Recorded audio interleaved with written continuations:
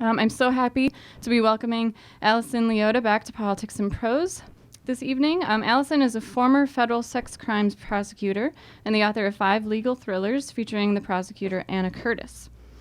Author Lisa Scottoline has said that Leotta's experience as a federal sex crimes prosecutor shines through on every page, and that's certainly true of her newest novel, The Last Good Girl, in which she takes on the issue of campus sexual assault in a scenario that the Washington Post described as frighteningly real.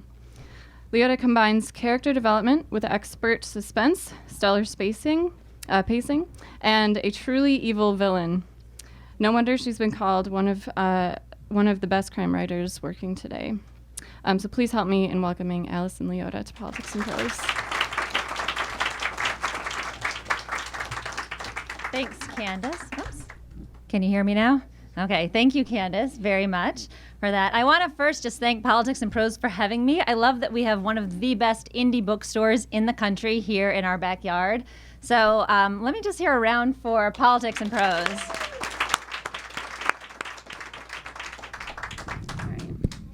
All right, the next order of business is, this is my copy. This is my book. I'm going to ask you to sign it. It doesn't have to be anything brilliant. You don't have to if you don't want to, but this is my memento. If my house was ever burning down, first I would get out my kids and my dog, and then I would get out pictures of my kids and my dog, and then I would go get these books that are signed at every time I have a book signing, I pass them around. So please just help me make my memento.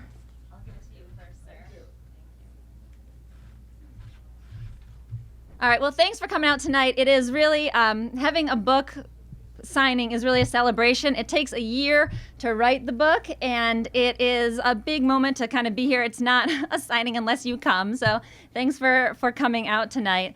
And I really do think it takes a village to write a book. It's this very solitary thing, the writing process, but it does not happen without everybody else here. So we do have some local notables in the crowd tonight, and I think part of the fun of the signing is you actually get to see some of the names you may have seen in my books. So just by show of hands, how many people here are current or former law enforcement? All right. Thank you all for your service. Who has told me a story knowing that story is likely to end up in my book and bravely went ahead? Yes. And I see Justin Dillon has his hand raised there. Raise your hand if your name is a character in one of my books. Yes. So Justin, could you stand up for a second? This is Justin Dillon.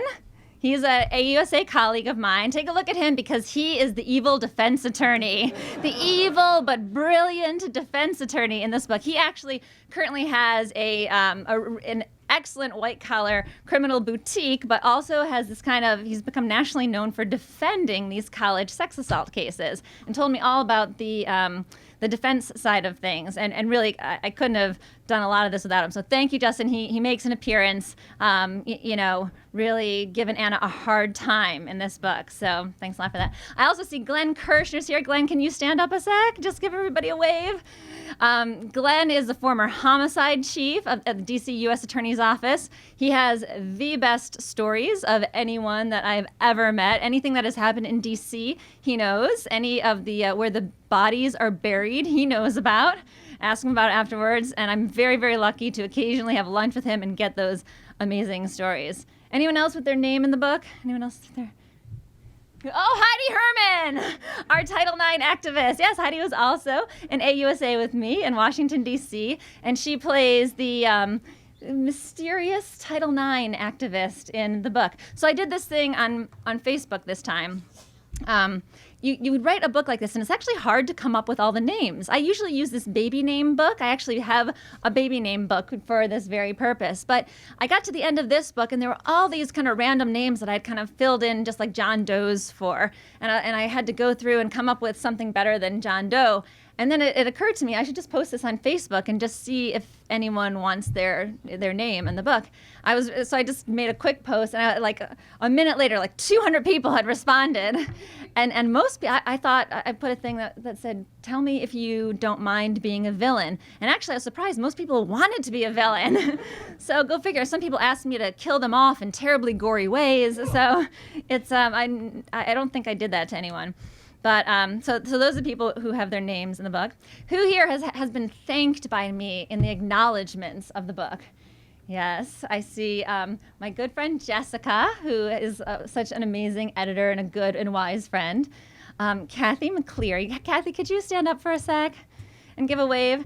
Kathy is an amazing author of women's fiction, and I think has been single-handedly responsible for my writing getting much, much better over the last 2 books. We're in a critique group together with 2 other women, and I find this to be just invaluable, that we get together about once a month, we read 20 pages of each other's stuff, and we give each other kind of brutally honest feedback, but also incredibly great hints and story structure and characters. Kathy's great at the characters, like what are they feeling, their emotions.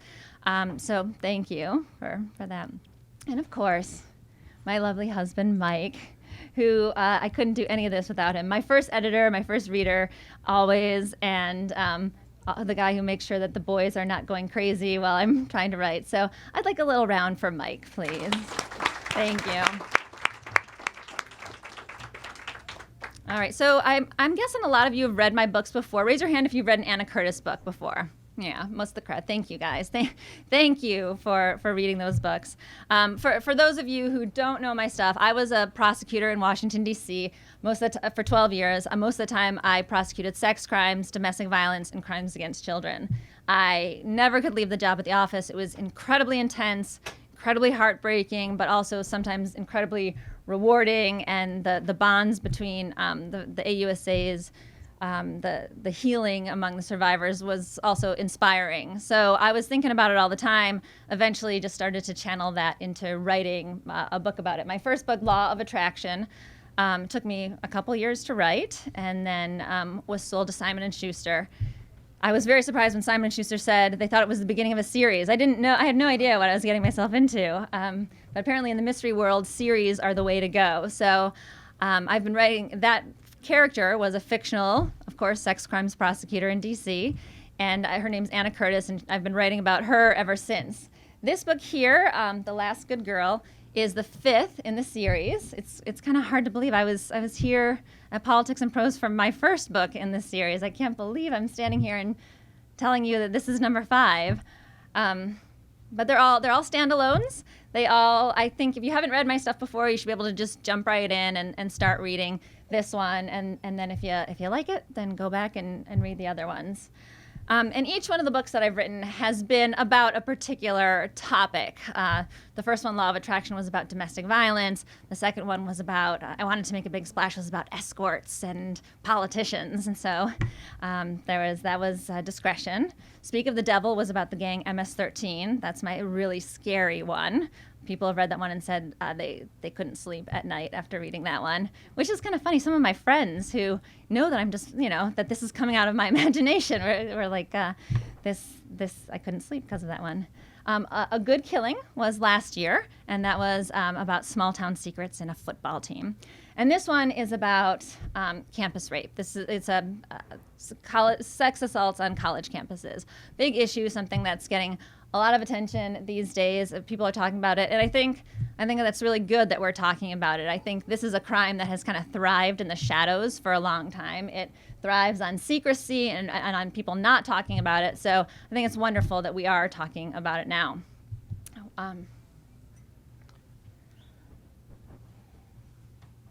What I'm going to do is throw a couple statistics at you.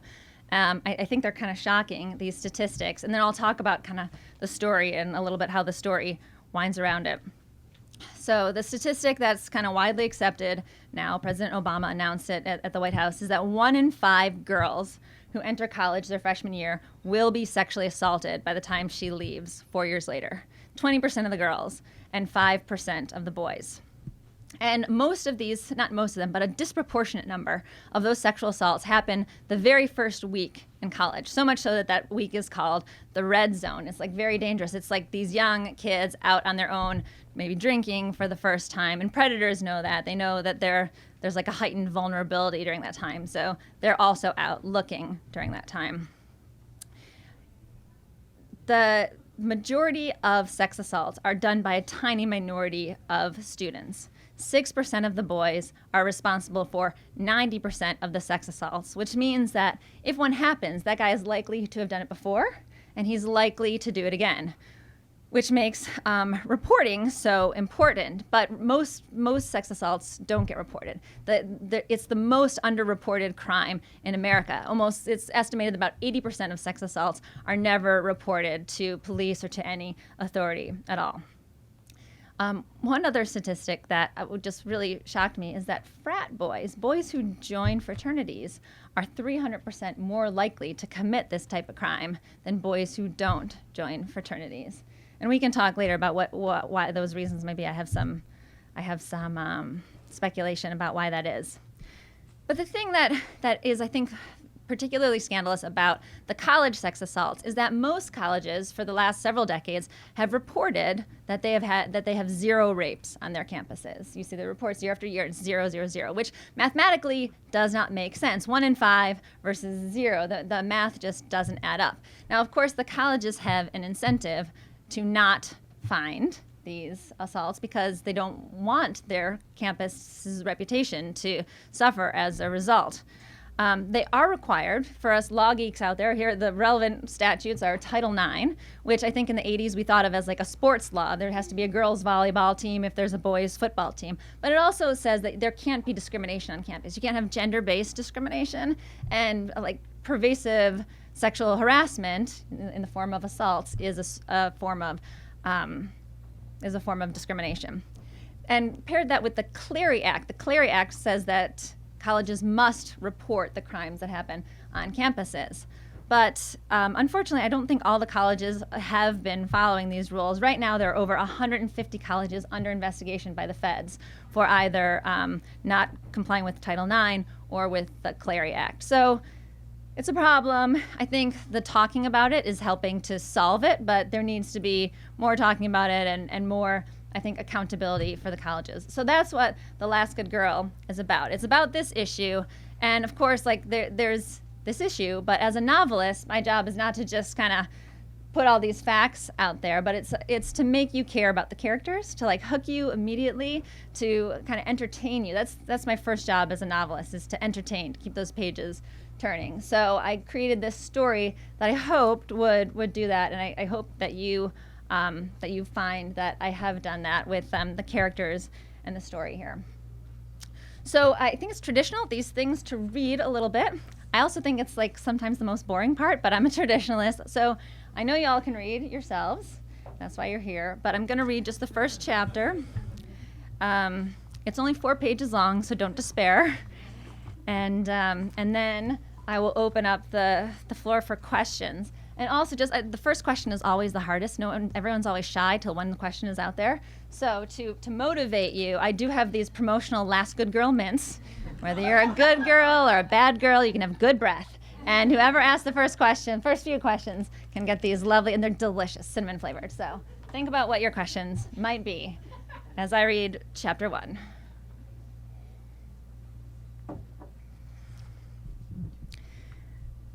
The guy had beautiful white teeth and a dimple that appeared when she made him laugh, but all Emily could think was, college is where romance goes to die. They stood on prime real estate, belly up to the bar at Lucky's, pressed together by the swell of bodies around them. The air was thick with sweated perfume, cheap beer, and the recycled breath of hundreds of young adults in their sexual prime. The boy drained his bud, set the bottle on the bar, and issued a mating call. Want to do shots? Translation, want to get wasted, get laid, get out of my bed, and never talk to me again? There were no boyfriends in college. There were only hookups. Emily smiled at the boy, tilting her head cutely to the side. To the world, she probably looked like any other carefree girl basking in a Friday night. It made her wonder how many of these girls were just like her, pretending. Maybe all of them, in one way or another. Sure, she said. The dimple reappeared. The boy turned to wave over a bartender. Over the hum of conversation and pitbull, Emily heard the bells of the clock tower outside striking midnight. 12 solemn bongs marking the start of March 24, 2015. She'd heard those bells chiming on the hour, every hour, her entire life.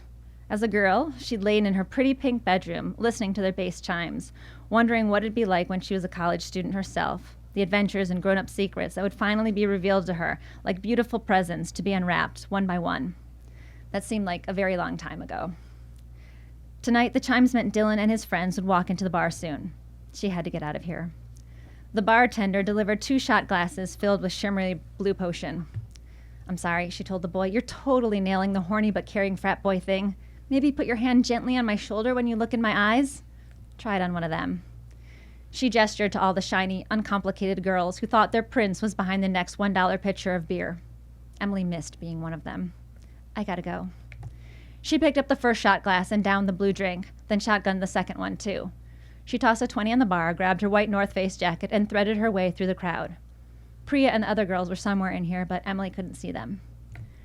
Wrapping her silvery scarf around her neck, she pushed out the front door and into the quiet night. She coughed on the cold air. March was Michigan's ugliest month. Dirty snow huddled at the curb, trapped in the purgatory between white powder and the warm April sun. Across the street, the bell tower shone like a warning as its 12th chime echoed over shivering trees. The night seeped through Emily's sweater, pulling goosebumps from her skin. She shuddered, zipped her jacket, and looked down the street, right at what she feared most.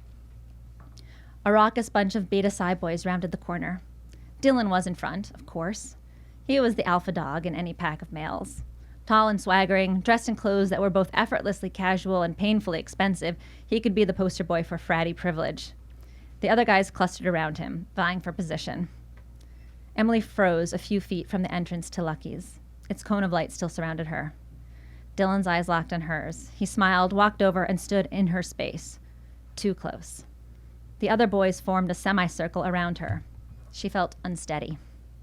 "I don't want any trouble," she said. "Doesn't seem that way," Dylan drawled. "Seems like you're doing everything you can to stir the pot." "Whore," said one of Dylan's minions. The kid snorted, cocked back his head, and spat. His phlegm arced through the air, reflecting the light from the bar's neon signs, glittering and ugly. Everyone watched the loogie as it hung suspended for a moment at the top of its arc. Then it headed back down and splatted on her boot. The boy's laughter was loud and vicious. Anger pulsed through her gut, more acidic than any shot at Lucky's. "You're disgusting," she told Dylan, "and you can't even fight your own fights." Dylan frowned at his friends, and they stilled. Their silence was more ominous than their laughter. Emily was keenly aware that she could not control this situation. "Head in," Dylan told the other guys. "I'll be right there." "You sure, dude?" "Yeah." The boys did what they were told. Music pulsed, then quieted as the bar's door swung open and shut. Emily tried to move away too, but Dylan's hand clamped onto her arm. They faced each other, a boy and a girl, alone on an empty stretch of sidewalk, breathing fog into the night. "Have you thought about what you're doing?" he said. "Like, really thought about it? Because it's kind of crazy that this is how you want to play it." "I'm not playing." His finger squeezed her arm through the puffy coat. "You know what this means for you? You are done." "Oh, Dylan." She smiled. "I'm just beginning. I'm writing an editorial, too. It'll be in next week's Tower Times." "Bitch," he said slowly, "my family will end you." "I know who your family is, and pretty soon they'll know who you are, too."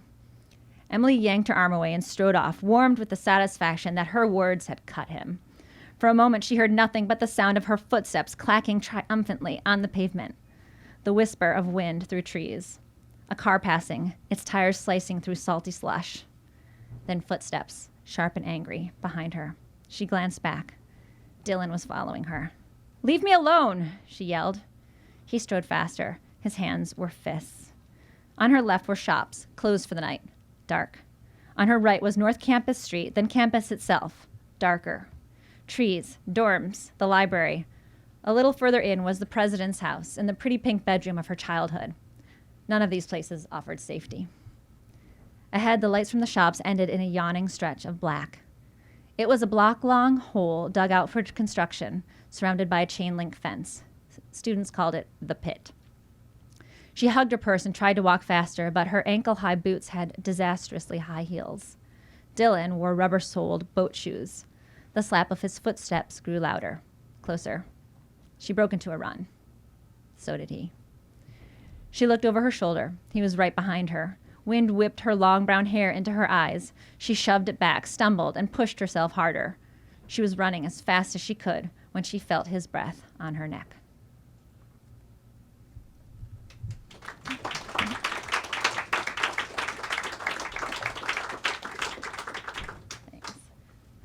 So that's it. Dun dun dun.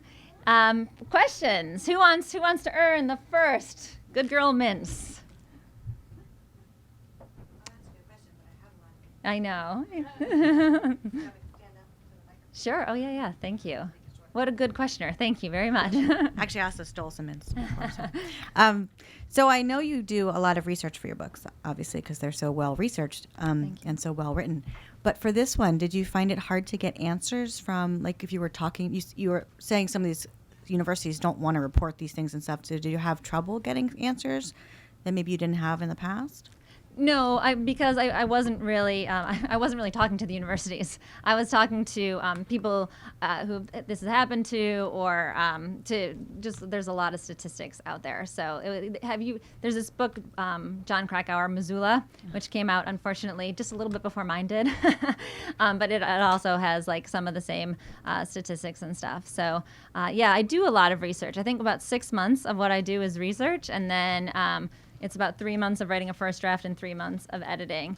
But so this one, and talking to Justin was helpful, talking to some college girls was helpful, hanging out at colleges, just kind of seeing. And I did a lot of, one of the points of views here is a vlog that Emily keeps, the girl who was in this first chapter. And I watched a lot of these vlogs. I think it's an interesting time we live in right now, where girls can, and boys, everybody can keep a diary in a different way. It used to be you had like your little pink diary and you kept it on your bookshelf with a little lock so that your mom wouldn't read it. But now you can vlog, you can upload a daily video to YouTube, you can tweet, you can Facebook, you can Instagram. There's all sorts of interesting ways. And so because I was writing this vlog for Emily, I watched a lot of these vlogs, these college girls vlogging on YouTube. And that was interesting. It was a good way to get her voice. And it was also like, I got all sorts of makeup tips. I can do my eyeshadow better now because of that. So, yeah. Thanks. I apologize for this question because this is about your very first book. Using one of the microphones, please? All right. This is about your very first book. Mm-hmm. And I'm wondering how that started, given you were working these 12-hour days. And was this just a story that popped into your head, or was it Anna who popped into your head? Right. Yes, a little bit of both. I was thinking about it all the time. I was working these 12-hour days, but the key to me then was I did not have children. So now that I do, I'm not sure I could do that job and have children and do this. But what I did was I started writing from 5 to 7 in the morning. I would just wake up super early. I stopped every other extracurricular that I had. I stopped watching TV. I stopped going to the gym. Nothing. But I would go to sleep early. I would wake up super early, and then I would work for 2 hours a day. And I really think if there's something you want to do, that's what you do. You wake up 2 hours early, you devote 2 hours a day to it, and don't stop. Don't let anything interfere with that time. I think the key is also like just turn off the internet. Like I would actually go to my modem and click it off, because it's sad that the writer's toolbox, the computer, is also this cabinet of wonders via the internet. So I think turning off the modem is really important too. I wrote it in a year. I had no idea what I was doing. I did it badly, so then I rewrote it in another year. It took me 2 full years. Now it takes me a year because I know what I'm doing better. But one person told me, before you submit to agents, make sure it's the very best thing you can possibly do, because you're going to get one shot at each agent. So I just really worked it up. I had, the book was about 300 pages long, and I had a document called False Starts, which is almost as long, which was stuff I just cut out and put to the side. So that's how I did it. And then I started writing the second one while I was still there, and quickly realized that at that point I was a mom, and the momming and the prosecuting and writing, I couldn't do all three and hope to do any of them really well. So that's when I left the office. Yeah, thank you for your question. And you can here, please take some.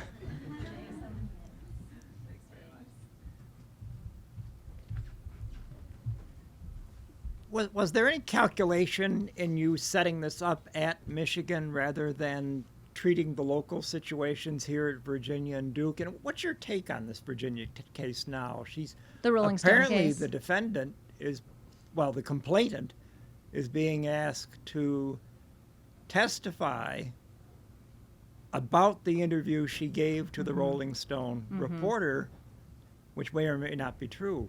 How much compulsion do you think there can be there? Right. Well, so the reason why I set it in Michigan is because my editor and my agent liked that setting. I set A Good Killing in Michigan, and there's just some great Detroit scenes and some really great characters. Her love interest is there. She has a very complicated love life, and she's hanging out with this love interest. So they thought the Michigan setting was good, and I agree. I'm from Michigan, and that was fun. I made it a fictional university. Because, well, I don't want to get sued, you know. So it's all fictional. It's Tower University. It's not any real university, and it's not supposed to be any real university. It's not supposed to be U of M or MSU or Alma or any of the Michigan colleges. It's just fictional. It's supposed to be a amalgamation of every, you know, university you've ever sort of been to. So that's how I ended up with my setting. As for that Rolling Stone article, it kind of, that article breaks my heart because already I think people are prone to thinking that that sex assault victims are more likely to be lying about their story. And that's just not true. The statistics are that false reports of sex assault are just as likely as false reports of muggings or your home being broken into or anything else. It's the same exact numbers. So, but I think that the reporting in that article certainly was not what it should have been, and ended up having this effect that's definitely going to impact, I think, probably every sex prosecution around the country over the next couple of years. And as a prosecutor, you can kind of see that happening. So I think that's too bad. The thing I would say about that one is, I don't have statistics on this, but this is just kind of my gut instinct. What I saw when I saw a report that I didn't believe, or eventually, like, if you always start by believing and then you research and you try to corroborate. You try to, there's this idea that it's always a he said, she said, and I think that's actually not true. I think a good investigation very often can uncover other things, can uncover texts, tweets, email messages, phone calls between them, someone else who was at the bar, a bar tab, a neighbor who heard something. There's often something. So it doesn't have to be a he said, she said. But in cases where I did see where I thought someone was making it up, it seemed to me like it was someone who wasn't trying to say this person did this to me and get him in trouble, but more like a phantom did this to me and I need attention. So I don't know what happened in the Rolling Stone case, but it seems to fit in that paradigm to me. She's being asked to say again, apparently, what she said to the Rolling Stone reporter previously, and doesn't want to do that. Right. I'm sure she doesn't want to do it, and that'll be an interesting sort of legal battle. But yeah, it'll be interesting to see how that plays out. Thank you for that question. Yeah. What will change the frat situation that you mentioned in your introduction? Yeah, the frat situation. So the frat situation is so complicated. So boys who go to frats are so much more likely to commit these assaults, but on the other hand, they're also like disproportionately our politicians and our CEOs. It's something, I forget the statistic now, but it's something like 89% of the guys who are in Congress or right now we're in fraternities, we're members. So it has these two sides. It's both this like ramping up of testosterone and also this ramping up of leadership. So I think there's two things going on. One is that I think boys generally in packs don't make the best decisions. I think they rile each other up into craziness in a way that just a guy kind of walking by himself wouldn't. But I also think that specifically the hazing process teaches boys to wield power in a very cruel way by like giving the older boys the power and teaching them to use it very cruelly against the younger boys. I think it has a subtle change in their mind, creates a subtle change in their mindset, and that has repercussions, kind of far-reaching repercussions. So what to do is hard because frats are so old and so entrenched in these universities, and their alumni give so much money that even when a university tries to punish the frat, a lot of times the frat will then stop their alumni from donating, and the university really feels that in its pocketbook. So it's complicated for them. But I think I don't know what the answer is. I hope to raise the questions, and I hope maybe that'll help lead to some talking about the answers. Thank you. Thank you. Hi. Hi, Ellie. So to follow up on that, I mean, there's a place in the book where someone has to appear in court and is slouching and looking humble, and someone else says, if only he could have been taught that when he was younger, to actually not just fake being respectful, but actually be respectful. So, Right. so I'm going to ask the mom question again. So you've got these 2 little boys, and any thoughts about, it's not just at frats, that this starts from a very young age. And so obviously they see you as a, powerful woman who's had this career and now has another career, but just any other thoughts on what we teach our kids about gender. Right. No, that's a great question. Thank you. I have 2 little boys, and those poor little boys, I think the fact that I've seen what I've seen makes me such a terrible mom in some ways. I'll see them on the playground, and they'll be pushing each other. I'll be like, when someone says no, you take your hands off of them right now. So I think they get that a little louder than some of the other moms say that. But I do think it's so important to teach our girls what the risks are and how they can reduce those risks, and also on the other side, teaching the boys like how to be good boys, how to be good romantic partners. Like my kids are little; they're in elementary school. One of these days, or hopefully Mike, you can handle this, is going to have this talk with them. And I think that when talking to boys, what parents should consider is talking about, there's been a lot of discussion about no means no versus yes means yes, and some states are shifting that legal paradigm from no means no to an affirmative consent. You have to get a yes for each step along the way. And I think we can argue about whether that's the right legal paradigm or not, but I do think as parents, it's a good thing to talk to your boys about getting that. And not in a way that's like, well, get affirmative consent, son, but about ask, is this good for you? Do you like this? How is this? Can I do this? Each step along the way. And I think, it's good manners, it's good technique, and it's a way to avoid committing a felony, So one day, hun. Yeah.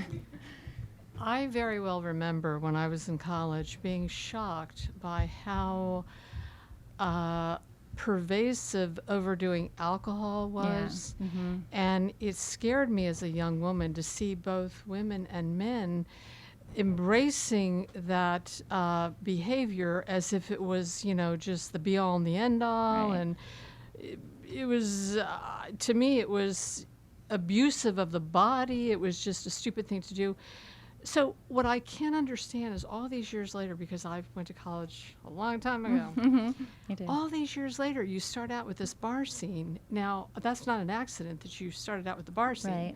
We all know that alcohol is a factor here. Sure. Why isn't the universities and the fraternity houses taking more ownership and accountability for that factor? Because that's feeding bad behavior major. Right. I hear you. And that was something that I saw as a prosecutor all the time. So many of these sex assaults involved alcohol. Alcohol is the #1 date rape drug by far. Like that's and there is this culture of binge drinking and hooking up, but binge drinking in particular.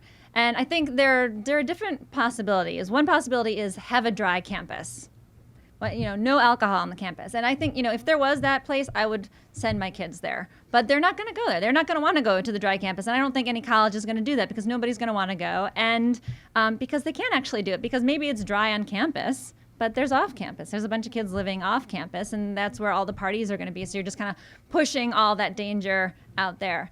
One other possibility is go the other way. What if you, in France, they don't have this binge drinking because they don't have this 21 years old age of when you can have alcohol, and it's just part of the culture. Kids are kind of allowed to have some wine with a little bit of water, so it's not such a big deal when they turn 21 or when they go to college and have alcohol. So that's opposite ends of the spectrum, dry campuses or start drinking earlier. I don't know. It'd be an interesting experiment to try one in Utah and one in Nevada and see what happens. I don't know.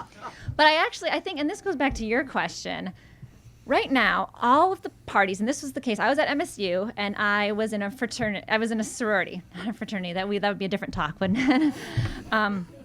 And all the parties were at fraternities. That's just where they are. The sororities are lovely and they smell nice and they're decorated pretty and all the girls sleep there, but there are no parties there. All the parties are held at the fraternities, and it's and you smell it. It smells horrible. It smells like caked beer, and there's all this nastiness. But that's where the girls have to go to party.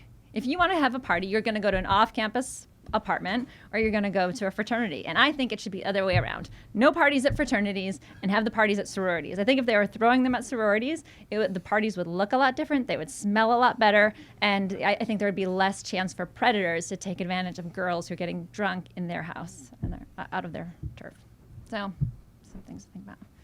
Sir. Yeah, your series has enough steam behind it now that I'm wondering if you or your editor or your agent have thought of a television or movie connection. Oh, have we thought about it? And I'm just, who would you like to play Anna?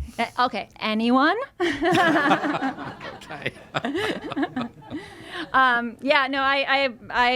I've thought about it probably more than I should. My agent keeps telling me don't think about it because there's nothing I can do about it. Many stars have to align, and the only star I'm in control of is writing the book. So write the best book you can, and hopefully, and now seeing a little bit of how the sausage is made, I'm surprised anything ever gets turned into a movie. So we've had some nice nibbles. At one point, Ryan Reynolds was interested in it. Blake Lively might possibly play Anna. Oh my God! And then I have a heart attack, and then it doesn't happen. So. So keep your fingers crossed for me. If anyone wants to talk about the rights afterwards, let's do it. All right. I think that's... Oh, yes, one more.